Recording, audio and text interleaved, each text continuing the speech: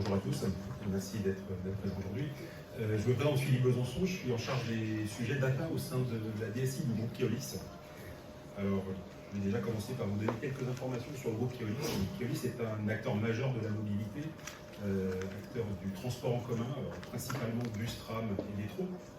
Alors, quelques informations, vous voyez qu'on est leader des transports urbains en France. Pourquoi j'insiste sur cette particularité-là? C'est que déjà, on est au cœur des mobilités du quotidien, on est au cœur de notre vie dans la société. Et la contrepartie, c'est qu'on a une organisation particulièrement complexe. Si on considère le marché français, il y a un peu plus de 120 filiales. Chaque réseau de transport, c'était peut-être les grands, tels que Bordeaux, Rennes, Lille et Lyon, des plus petits, Montargis, etc. Dans chaque ville, nous avons une filiale. Et si je vous parle de cette situation, c'est qu'avoir une filiale dans chaque ville, ça veut dire avoir une interaction technique avec chaque réseau de transport, donc la centaine dont je parlais en France, et un peu plus de 300 sociétés à travers le monde. Ça a amené à un certain nombre d'enjeux majeurs pour la DSI du groupe. Déjà d'un point de vue opérationnel, vous avez constaté qu'on est sur un secteur d'activité particulièrement critique, puisqu'on parle d'exploitation de réseaux de transport H24, et donc il faut que nos systèmes aussi, bien évidemment, soient disponibles dans cette plage horaire. Et des enjeux sociaux forts, c'est-à-dire qu'on ne peut pas se permettre qu'un certain nombre de nos systèmes soient en rade. L'organisation, je l'ai évoqué, une centaine de filiales, et avec un certain nombre de particularités locales.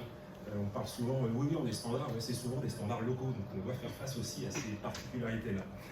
Bien évidemment, ce sont plutôt les très grands réseaux qui vont avoir des exigences compte tenu de leur mode de fonctionnement et de leur historique, mais on retrouve des particularités parfois dans de plus petits réseaux.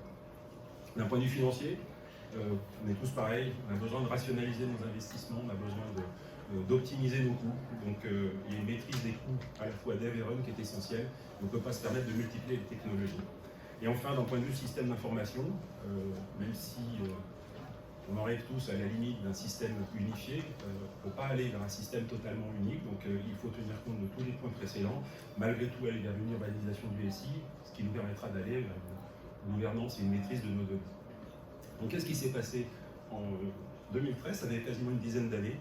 Le groupe Keolis a créé une équipe qu'on appelle la médiation aujourd'hui, basée sur les technologies Talend, et qui se positionne comme, c'est l'ETL du groupe, et qui va permettre de disposer d'une solution homogène au niveau du groupe pour tout ce qui va être lié à l'échange de données interapplicatif.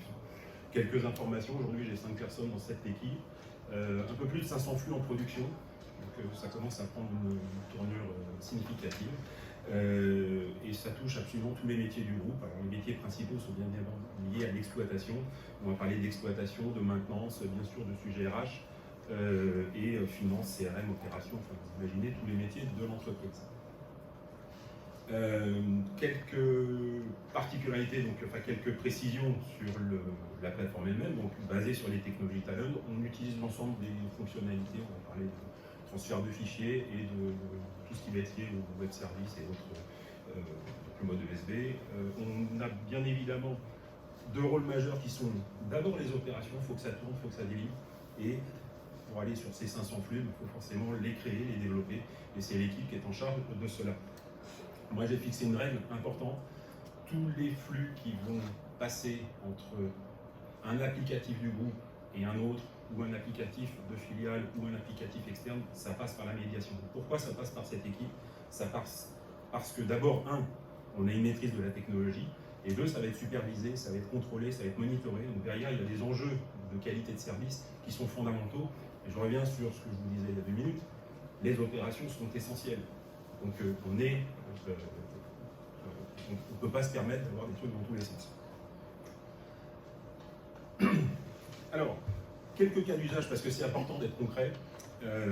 J'ai cité le domaine finance, bien évidemment, quand on va avoir des notes de frais, il faut qu'elles soient comptabilisées. On a un flux entre notre applicatif de gestion des notes de frais et notre applicatif comptabilité.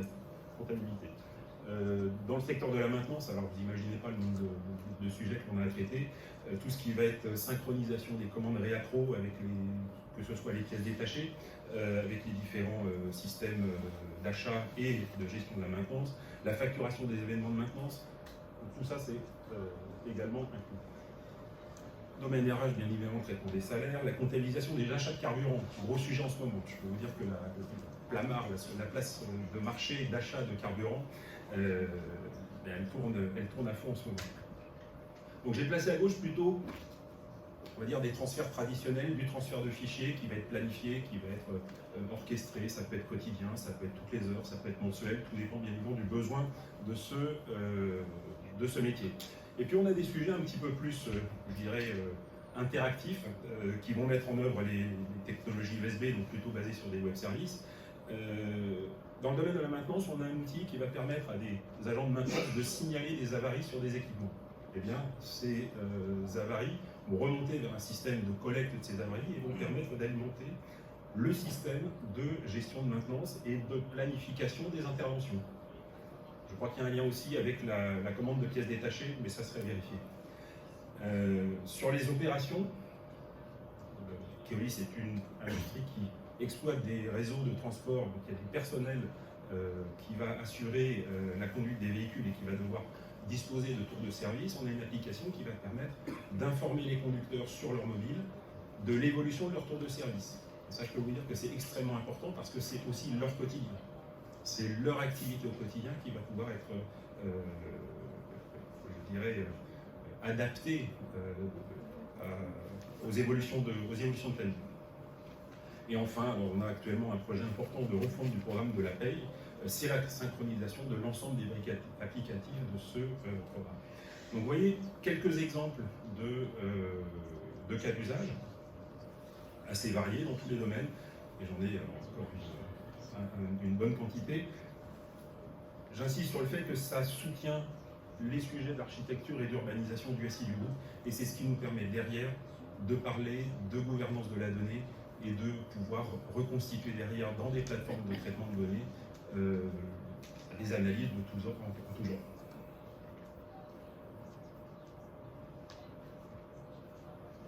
Un petit aperçu sur l'architecture que nous avons mise en œuvre. Alors elle est basée principalement sur les technologies Talent. Je fais un focus sur cette partie. Je ne devrais pas leur dire, mais il y a aussi d'autres outils de traitement de données, mais là c'est le principal, je dirais, qui nous permet de faire cette synchronisation entre les différents équipements. Donc, Talent Studio va être utilisé par nos équipes de développement pour concevoir les programmes de transformation de données. Donc ils vont travailler, alors on a aussi des mécanismes qui permettent, avec un système de peer testing, de vérifier ce qu'on fait l'un et l'autre, enfin, voilà, d'assurer une homogénéité du travail de l'équipe.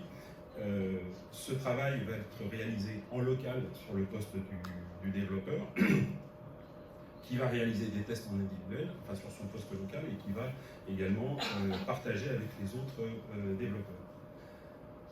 Ensuite, en termes de déploiement, on s'appuie sur les technologies donc, de Talent qui sont principalement la Cloud Console, la Talent Management Console qui est sur le cloud, qui va nous servir au déploiement des jobs, au versionning également, au suivi du déploiement je veux dire, de ces jobs. On va planifier ici toute l'orchestration des traitements, le scheduling, donc traitement mensuel, quotidien, permanent. On va assurer sur cette plateforme également la supervision du run, sachant que sur les serveurs, après, ces serveurs sont hébergés chez un hébergeur. Donc on assure toute la supervision à l'intérieur de cette plateforme, gestion des logs également, enfin suivi des logs, et puis gestion des utilisateurs. Donc en fait, ici, ça sera vraiment notre console de supervision de l'ensemble des traitements. Les serveurs Talent sont déployés sur, chez notre partenaire donc, qui est Sopra. Les serveurs, donc les Remote Engines sont déployés sur une batterie de serveurs qui sont hébergés chez Sopra. Alors on a fait le choix d'être on-premise parce que l'ensemble de nos prestations qui sont, de nos systèmes qui sont hébergés chez cet opérateur, et donc ça permet d'avoir un lien un peu plus direct pour l'ensemble des applications Keolis. Après, il y a une relation de ce centre serveur vers le One Keolis, puisque je pense à des grands réseaux comme Bordeaux, Rennes, etc., pour lesquels on a une interaction directe, et puis bien sûr les partenaires externes. Et vous retrouvez sur ce schéma l'élément important que j'évoquais tout à l'heure, tous les traitements. allez, peut-être qu'il en reste, hein, mais tous les traitements entre une application du groupe Keolis et une autre passent par cette technologie, passent par cette plateforme, d'où le monitoring dont je parlais il y a une minute. Tous les flux vers les filiales passent par cette plateforme avec le monitoring que j'évoquais, et tous les flux vers les partenaires externes passent également par cette plateforme. Et pour nous, c'est vraiment fondamental. J'avais encore une discussion l'autre jour avec la personne en charge du domaine maintenance, et qui me dit « Ah oui, mais pour celui-là, tu comprends, on dépose juste un fichier sur un répertoire chez eux. » Je dis « Oui, mais demain, tu vas avoir un problème, tu vas nous appeler, on ne va pas savoir comment intervenir. Tu fais passer ce flux par notre technologie, et là, on va pouvoir y aller. » Et bien évidemment, alors je l'ai mis dans les boîtes en dessous, on couvre l'ensemble des protocoles, des bases de données qui sont exploitées au niveau du groupe. On est aussi dans des méthodes de connexion cryptée, etc. Enfin voilà, vous imaginez des choses assez traditionnelles. Là, il n'y a rien de révolutionnaire, si ce n'est qu'on le met en œuvre de manière industrielle et systématique.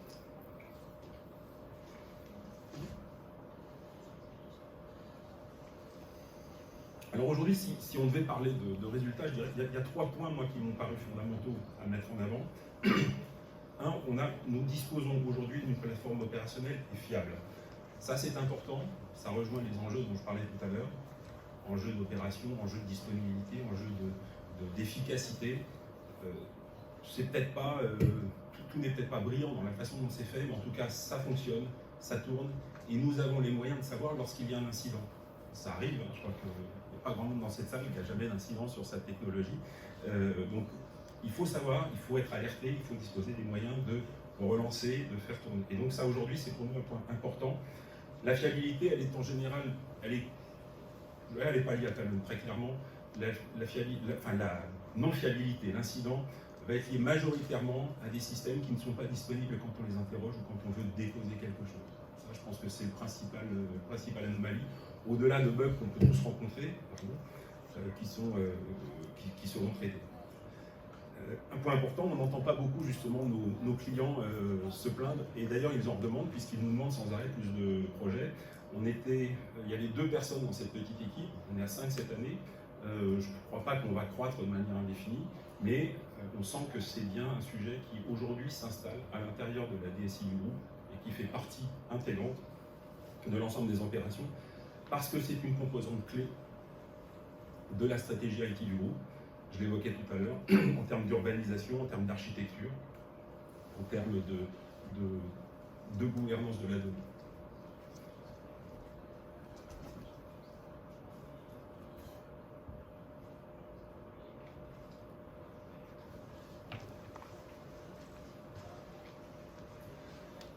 Alors c'est pas fini.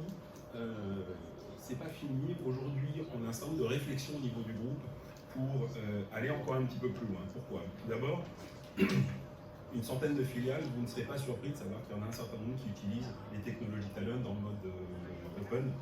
Et forcément, bah, c'est un peu plus. Ça fonctionne, hein, ça fonctionne parfaitement, mais c'est un petit peu plus artisanal, on va dire. Et, ce sont des supervisions qui sont. Donc, on va essayer d'aller vers une démarche. Et on travaille avec Talon sur ce point-là, qui est de développer l'usage des technologies Talon dans un mode as a service. Donc on est en train de réfléchir au modèle qui peut se mettre en place. Il y a des ajustements peut-être aussi de modèles économiques sur lesquels réfléchir, telle sorte, parce que ce qui fait peur forcément à des petites structures, c'est la notion d'investissement et la notion de coût associé à chaque transaction. Donc on réfléchit aujourd'hui à des modèles, soit parce qu'on leur donnerait davantage de services nous-mêmes que nous développerions, mais ça veut dire qu'on prend la main sur leur organisation, soit parce qu'on leur met à disposition une ressource, un temps donné. Voilà. Il y a des réflexions qui sont en cours. Ce qui est important pour nous, c'est d'avoir une approche d'harmonisation des pratiques de traitement de la donnée, d'harmonisation des modes de fonctionnement, et à nouveau, ça va vers une meilleure gouvernance de l'information au sein du groupe. Deuxième sujet, et là c'est vraiment notre organisation, c'est d'aller un petit peu plus sur les sujets de data quality, quality de service, c'est de renforcer nos opérations de supervision, parce qu'aujourd'hui, il y a un certain nombre de choses qui sont détectées parce que la personne se connecte sur la console. Donc on doit aussi enrichir les mécanismes de remontée d'alerte et de remontée d'information. Mais on doit faire en sorte aussi qu'il n'y ait pas de faux positifs. Aujourd'hui, certaines anomalies qui sont simplement traitées par le fait de faire un retry 10 minutes, 15 minutes après, et ça les outils Talion le font très bien. Sauf que si elles le font, imaginons que ce traitement soit relancé toutes les 5 minutes, si ça échoue parce que le système en face est en rade toutes les 5 minutes, on va avoir des alertes alors que ça va être traité tranquillement. Donc il faut qu'on arrive à trouver un juste niveau sur cette supervision. Et puis également sur les aspects de parallélisation, il peut nous arriver d'avoir des choses qui sont en stand-by, donc il faut qu'on revoie certains aspects dans notre data center. Alors, probablement plus intéressant, les nouveaux usages. Très clairement le développement des IoT. Alors les IoT chez nous, il y en a partout dans les véhicules, surtout avec les nouveaux véhicules. Quand on va parler bus à hydrogène, bus électrique, on est très clairement sur des gros IoT qui nous remontent, des gros objets qui nous remontent de l'information de toute nature sur tous les événements qui peuvent arriver sur un véhicule, tous les aspects liés à la consommation du véhicule. Vous imaginez qu'avec les problématiques de transition écologique dont on parle actuellement, la vigilance sur les consommations est importante, donc on est clairement sur ce sujet-là.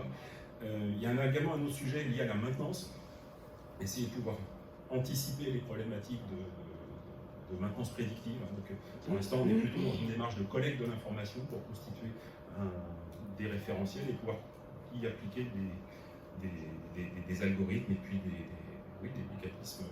des mécanismes d'anticipation des opérations de maintenance. Parce que tout ce qui pourrait être anticipé, comme vous l'imaginez, c'est autant de pannes et d'incidents. Et puis, forcément, sur 2023, il y a cette réflexion sur la mutualisation des aspects financiers pour le coût.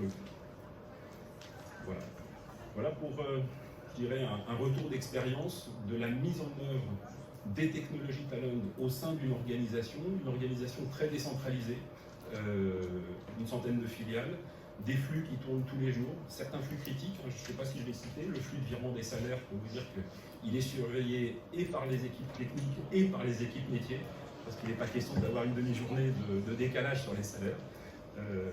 Enjeux sociaux forts, on est sur un sujet extrêmement critique.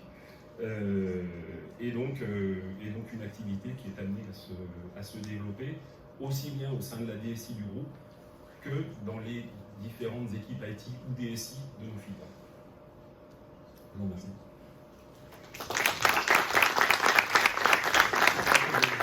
La place à des questions.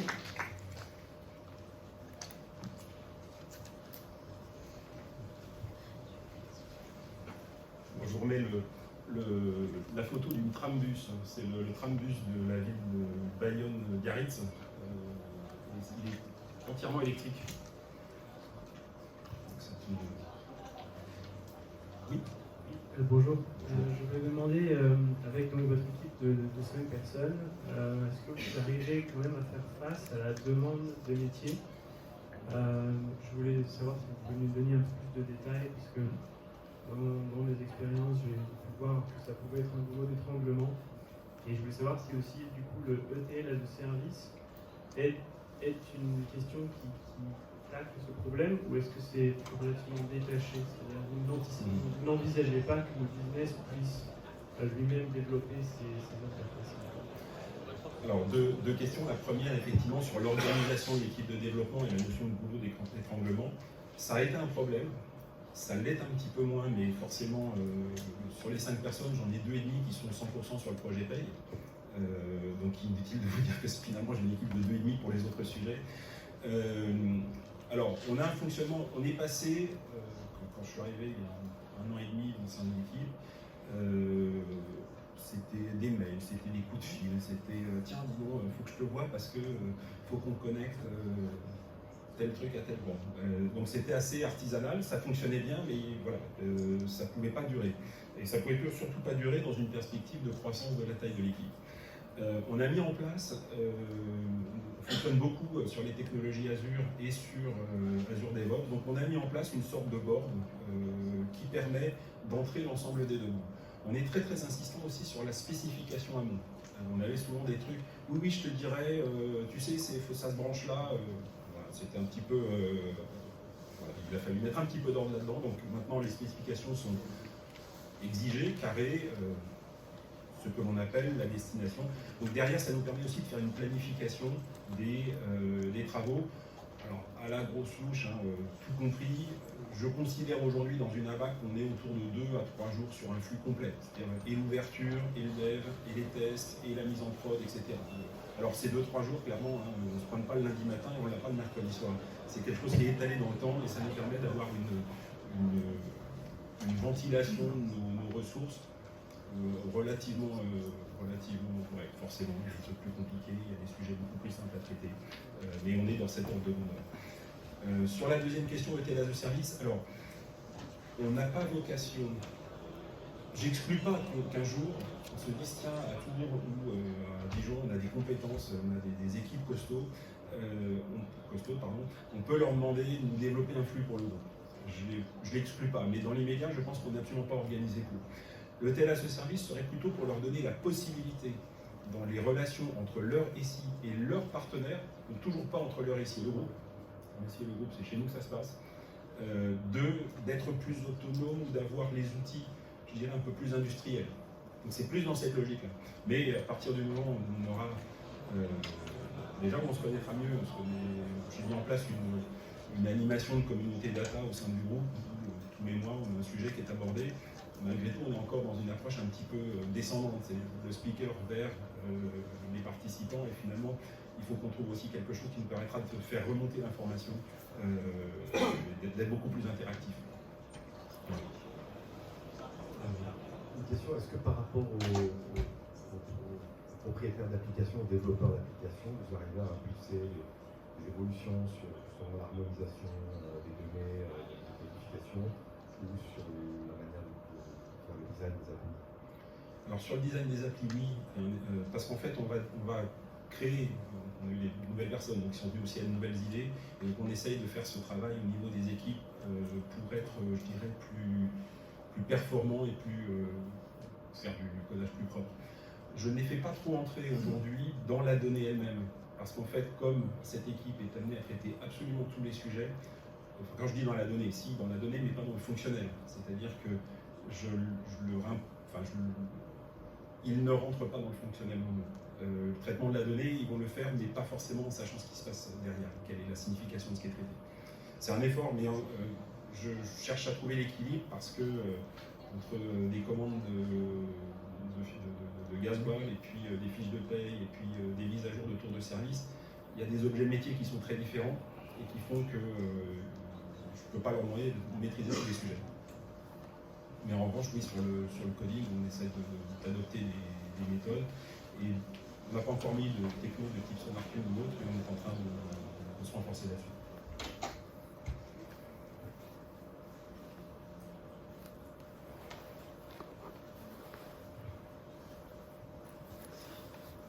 Bonjour. Vous avez parlé de la facilité de la gouvernance de données. Est-ce que vous utilisez déjà un outil?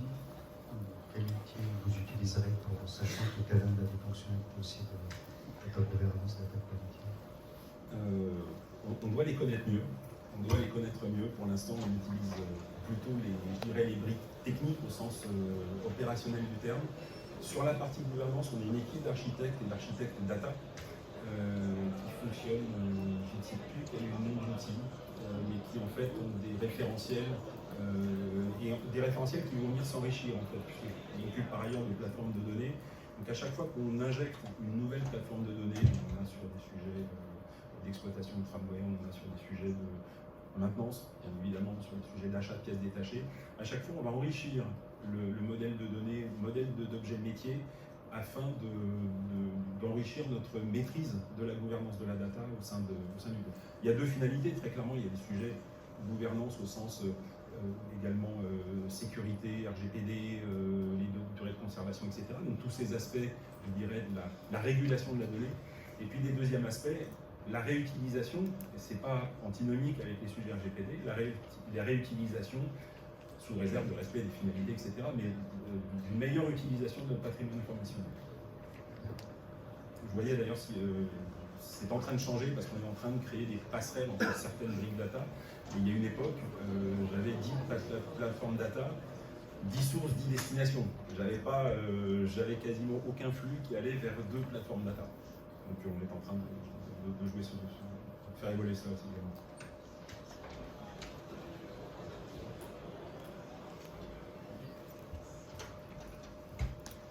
Parfait. Je vous remercie beaucoup. Merci. Merci.